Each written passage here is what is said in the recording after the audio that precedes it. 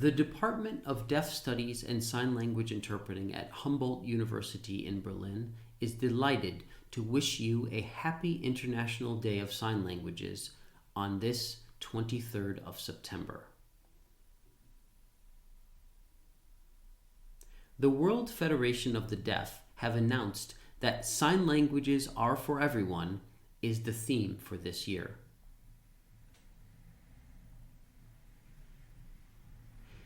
The importance of the International Day of Sign Languages is undeniable.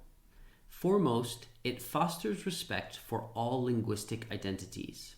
Furthermore, it embodies the diversity of sign languages worldwide. We would now like to share some recent observations which we have made at the Department of Deaf Studies and Sign Language Interpreting here at Humboldt University in Berlin. The year 2020 has presented us with monumental challenges. Clearly, the COVID-19 pandemic has left an indelible mark on the world and on deaf communities.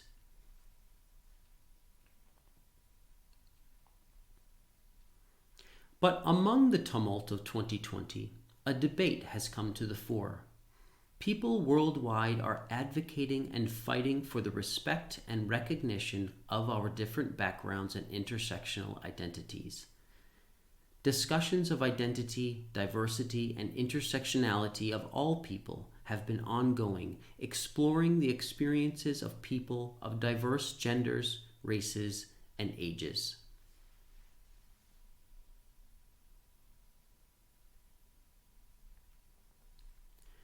Furthermore, the acquisition of a sign language comes natural to those who are born into a sign language enriched environment. Other infants, however, are deprived of this experience and might only be exposed and gain fluency to sign language later in life. The diversity of signers' experiences are also part of the discussion. Considering the movement of people across borders, we should recognize the fact that they will certainly learn and adopt the local sign language. Equally, we should respect the richness and value of the sign languages they bring with them. For example, Berlin is home not only to German Sign Language, but to a multitude of sign languages from all corners of the earth. Russian Sign Language, Syrian Sign Language, Iranian Sign Language, American Sign Language, Romanian Sign Language, Turkish Sign Language, and many others coexist daily in our diverse population. It is an integral part of our city's life force. Not to mention deaf-blind people and their use of tactile and protactile sign language, adding to the rich fabric of linguistically and culturally diverse communication. We also include deaf people with additional disabilities, welcoming their contribution to the wide spectrum and diversity of sign languages.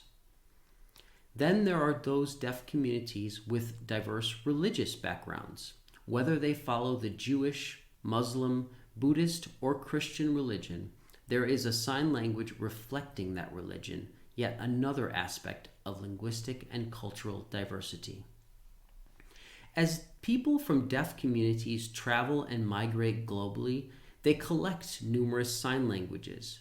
This epitomizes the multilingualism of global deaf communities. They lead by example and show us that there need not be a singular sign language. Each of our diverse sign languages and identities are inherently valuable. The discussion surrounding intersectionality has had a direct impact on our work. With this spirit, we call upon sign language researchers already making strides in one national sign language to consider the bigger picture. When collecting sign language data, we must also consider documenting and building a diverse corpus of sign languages and signers. These efforts will allow the discovery of similarities and differences within these enriched data sets. This, in turn, will help us better appreciate and enjoy our linguistic and cultural diversities. In examining language change, whether looking at the role of technology or mobility, we must widen our lens to include multiple sign languages in exploring how their intersectionality influences language change. From this research, we could glean valuable information. These insights could then be shared with deaf sign language communities, cultivating a greater acceptance and respect for linguistic and cultural identities and diversity. Intersectionality also impacts the field of sign language interpreting.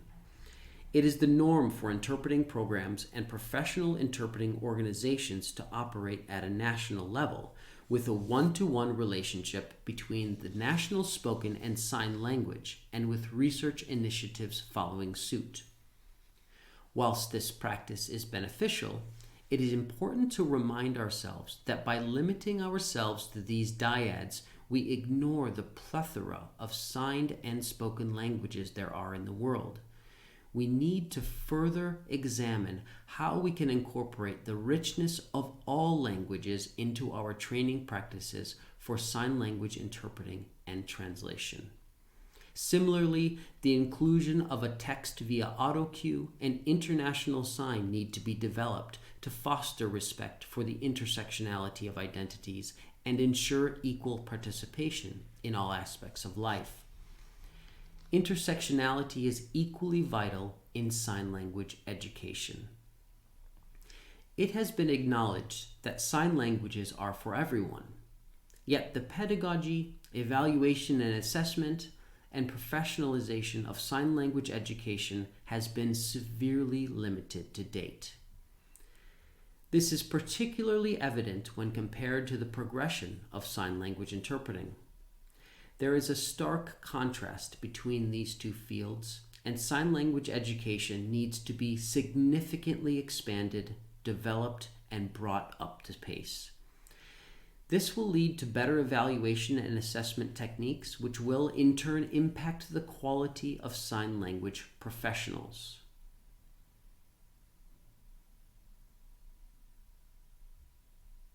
Having more sign language educators will increase the amount of exposure and availability of sign languages to deaf children from birth.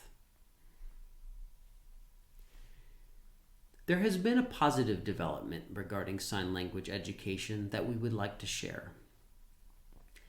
In 2020, the Council of Europe published an updated version of the Common European Framework of Reference, or CEFR. When the CEFR was initially launched in the 1990s, it focused solely on spoken languages.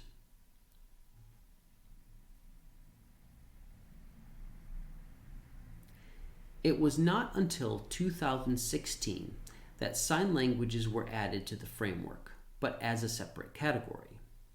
The Council of Europe made the decision to make the necessary adjustments and integrate the two language modalities equally within the CEFR.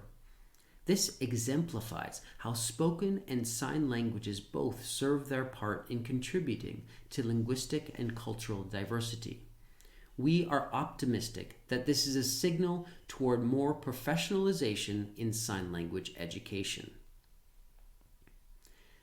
With this, on behalf of the Department of Deaf Studies and Sign Language Interpreting at Humboldt University, we wish you all a happy International Day of Sign Languages.